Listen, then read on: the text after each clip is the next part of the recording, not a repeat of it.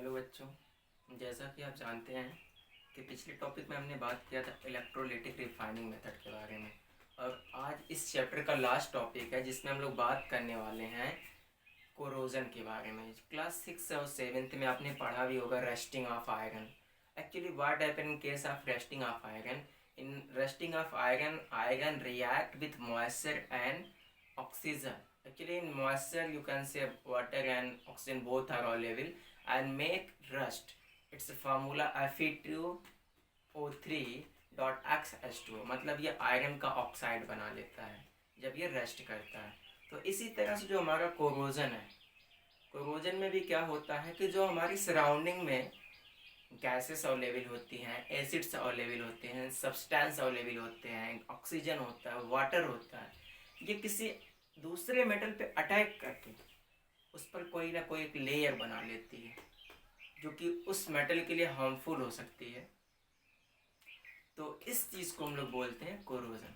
समझिएगा, जैसे ये मैंने एक आयरन की रॉड ली, इसको कुछ देर के लिए बाहर छोड़ दिया, एक दो दिन बाद आप देखते इस पर ब्राउन कलर का लेयर हो गया। तो ब्राउन कलर का लेयर क्यों हुआ? पहले तो ये Fe था, आयरन था, लेकिन ये मॉइस्चर से, ऑक्सीजन से रिएक्ट करके इस पर क्या बना लिया? ऑक्साइड बना लिया वाटर के साथ, Fe2O3, जिसे आप बोलते हैं रस्ट। इसका कलर कैसा होता है आपको सबको पता होगा, ब्राउन कलर का होता है। तो जब ये रस्ट बना लिया तो अब इस प्रोसेस को रस्टिंग बोलते हैं, और ये भी एक कोरोजन का ही पार्ट है। कोरोजन का मतलब क्या होता है? जब किसी एक मेटल पर दूसरा कोई बाहर से सराउंडिंग से फैक्टर आके अटैक करे तो उसको क्या बोलते हैं? कोरोजन। अब उसके बाद क्या बन जाएगा? कुछ ना कुछ एक लेयर बन जाएगी।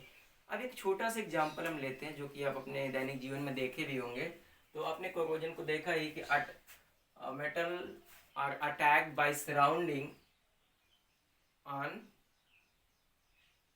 सॉरी आप कह सकते हैं कि किसी मेटल पर means when a substance from surrounding like acid, like water, oxygen attack on metal and make a layer, then it is known as corrosion. जब कोई surrounding factor moisture, acid, CO2 ये क्या करता है? किसी मेटल पे attack कर दे तो अगर उसके ऊपर अपनी खुद की एक लेयर बना ले या रिएक्शन करके कोई लेयर बना दे, उसको क्या बोलेंगे हम लोग? कोरोजन। एक्चुअली ये जो टॉपिक कोरोजन बहुत इंपॉर्टेंट है CBSE के लिए। क्यों?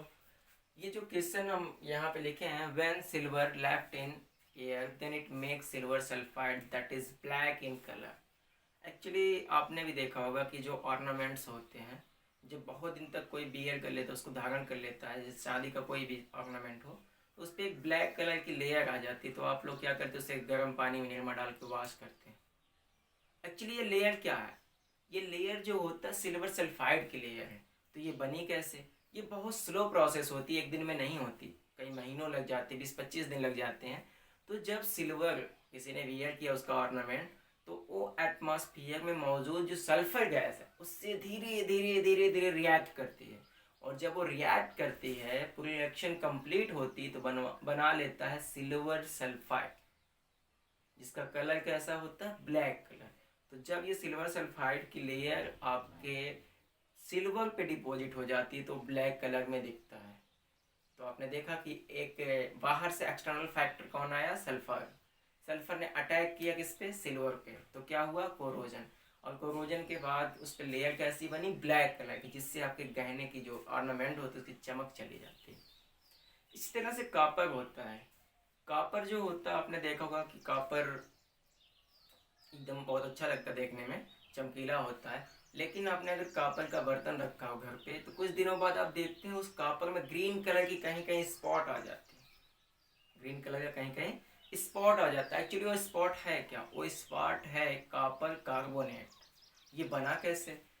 जब आप कापर के बने मेटल कापर मेटल के बने आर्टिकल को ओपन में छोड़ देते हैं, तो इसमें जो moisture, you can say moist CO2, जो नमी वाली CO2 है, वो हमारे कापर से रिएक्ट करती है। जब वो कापर से रिएक्ट करती है तो बना लेती है कापर कार्बोनेट। ये भी CBSE बोर्ड का क्वेश्चन है। उन्होंने ये पूछा था ना, जो ये ग्रीन कलर लेयर बनता है कॉपर पर, क्यों बनता है और क्या होता है। एक्चुअली वो कॉपर कार्बोनेट होता है और इसलिए बनता है कि वो कॉपर जो होता है मॉइस्ट CO2 जो एटमॉस्फेयर में होती है, हमारे सराउंडिंग में होती है, उससे रिएक्ट करता है तो बना लेता है कॉपर कार्बोनेट। किस कलर का होता है, ये ग्रीन कलर की लेयर होती है। तो आपने देखा होगा जब आप तांबे का कोई बर्तन लाते हैं, बहुत दिनों तक रख देते हैं या यूज में भी लाते हैं, तो उसमें अंदर देखेंगे या बाहर ग्रीन कलर का स्पॉट बन जाता है कहीं कहीं। वो किस लिए बनता है, तो ये कॉपर कार्बोनेट से बनता है। आज की इस वीडियो में को बहुत मज़ा आ रहा होगा सुनने में कि हमारे जो सिल्वर के ऑर्नामेंट्स होते हैं ब्लैक क्यों होते हैं, तो आप केमिस्ट्री के लैंग्वेज में किसी को समझाएंगे, ठीक है। और ये भी बता सकते हैं कि ये जो ग्रीन स्पॉट है, आप अपने घर पे अगर कोई तांबे का बर्तन अभी देखिएगा तो उसमें आपको ग्रीन कलर का स्पॉट जरूर दिखेगा। न्यू होगा तो नहीं दिखेगा, ओल्ड होगा तो दिखेगा। और अगर आप अच्छे से क्लीनिंग कर रहे हैं तो नहीं दिखता, कभी कभी आप अच्छे से क्लीन नहीं करते तब दिखता है। चलिए तीसरा, ये बहुत आपका फैमिलियर टॉपिक है, रस्टिंग। रस्टिंग तो आपको बता दिया क्या होता है। When iron react with moist oxygen then it form iron oxide that is known as rust. उसका कलर कैसा होता है, ब्राउन कलर का होता है जो रस्ट होता है। रस्ट मतलब आप कह सकते हैं गांव की भाषा में जंग, मूर्छा। तो ये जो होता है किस कलर का होता है, ब्राउन कलर का होता है। क्यों बनता है, जैसे ये कोई आयरन रॉड है, एक बार ये क्वेश्चन आया था कि दिल्ली में रस्टिंग फास्ट होगी या शिमला में। तो आप कहाँ बताएंगे, आप ऐसी जगह पे रस्टिंग फास्ट बताएंगे जहाँ पे मॉइस्चर ज़्यादा होगा। तो आप गेस कर लीजिए, शिमला ये आंसर आएगा। जैसे ये रॉड है, आयरन की रॉड है, आयरन का फार्मूला क्या होता है, Fe। ये आयरन रॉड है, आपने इसे कुछ देर के लिए छोड़ दिया तो इस पर कौन अटैक करेगा, ऑक्सीजन। सराउंडिंग में क्या होगा, वाटर। जब ये इससे अटैक करेगा तो ये बना लेगा या Fe2O3, इसको कहते हैं आयरन का ऑक्साइड, आयरन ऑक्साइड।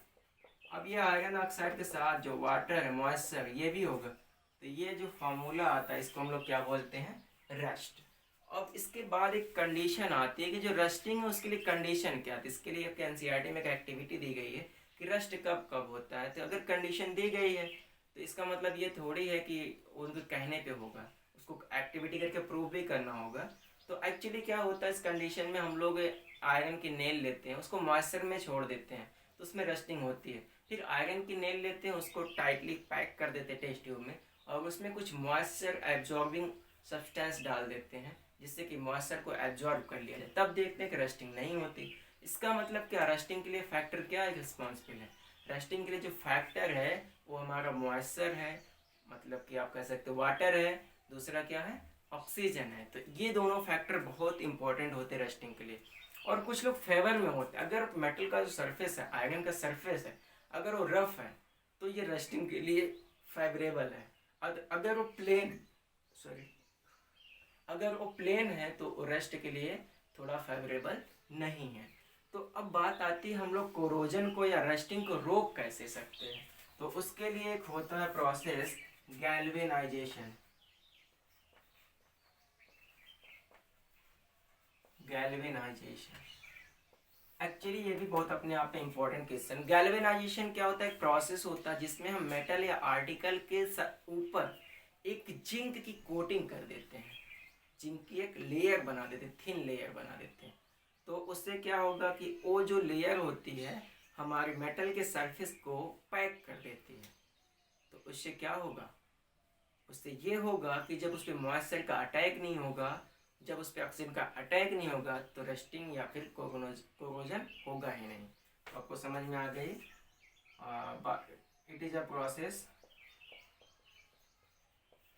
आप लिख सकते हैं मेरे साथ, it is a process in which zinc मतलब Zn layer formed on metal surface। ये भी पूछता है ना कि गैल्वेनाइजेशन क्या है, तो आप ध्यान रखिएगा कि ये मेटल के सरफेस पे जिंक की एक कोटिंग कर देते हैं। तो कभी कभी लेयर की जगह कोट भी लिख देता, तो आप ये मत कहना कि ब्लेजर वाला कोट है। तो ठीक है, गैल्वेनाइजेशन आपको समझ में और भी कई प्रिवेंशन की, ये तो आप इसको मैं हटा के करते हैं। चलिए,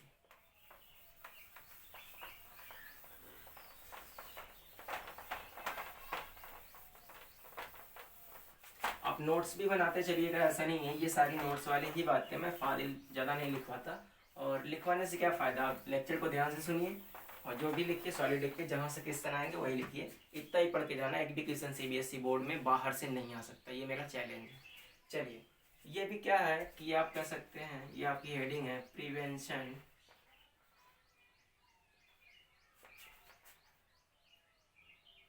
फ्रॉम कोरोजन और रस्टिंग, जो भी आपको अच्छा लगे कर लीजिएगा। कैसे होगा, तो पहला हमने बताया गैल्वेनाइजेशन। दूसरा एक और प्रोसेस बताते हैं हम लोग। दूसरा जो प्रोसेस हमारा क्या होगा, अप्लाई बाय पेंटिंग कह सकते हैं, पेंट करके कह सकते हैं हम लोग। तीसरा क्या होगा, अप्लाइंग ऑयल और ग्रीस। ठीक है, अगर हम उस सरफेस पे ग्रीस लगा दे या ऑयल लगा दे तब भी क्या होगा, रस्टिंग नहीं होगी। एक सबसे इंपॉर्टेंट प्रोसेस जो हमारा चौथा, एलोइंग। एलोइंग, बट ये एलोइंग है क्या, अगर आप क्लास 9th में पढ़े होंगे तो आपको एक टर्म मिला था एलॉय। एलॉय जो है उसी से हम लोग एलोइंग बनाएंगे। तो पहले हम एलॉय के बारे में बात कर लेते हैं। उसके लिए हम इसको थोड़ा सा यहाँ लिखते कोने पर, एलॉय। चलिए यहीं लिखते भी, एलोइंग बाद में पढ़ेंगे। एलॉय, ये एलॉय क्या है, it is mixer of two और more than two metal which never separated.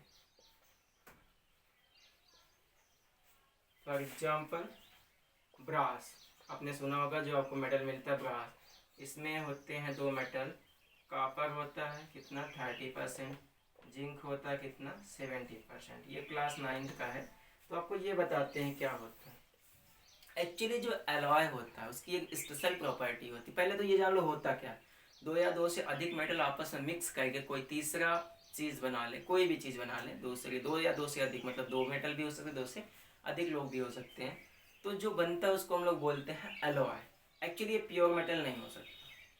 कैसे प्योर मेटल होगा, जब दो लोग से अधिक मेटल मिल गया तो कैसे होगा, आप कह सकते हैं it is a mixture of two और मोर देन टू मेटल।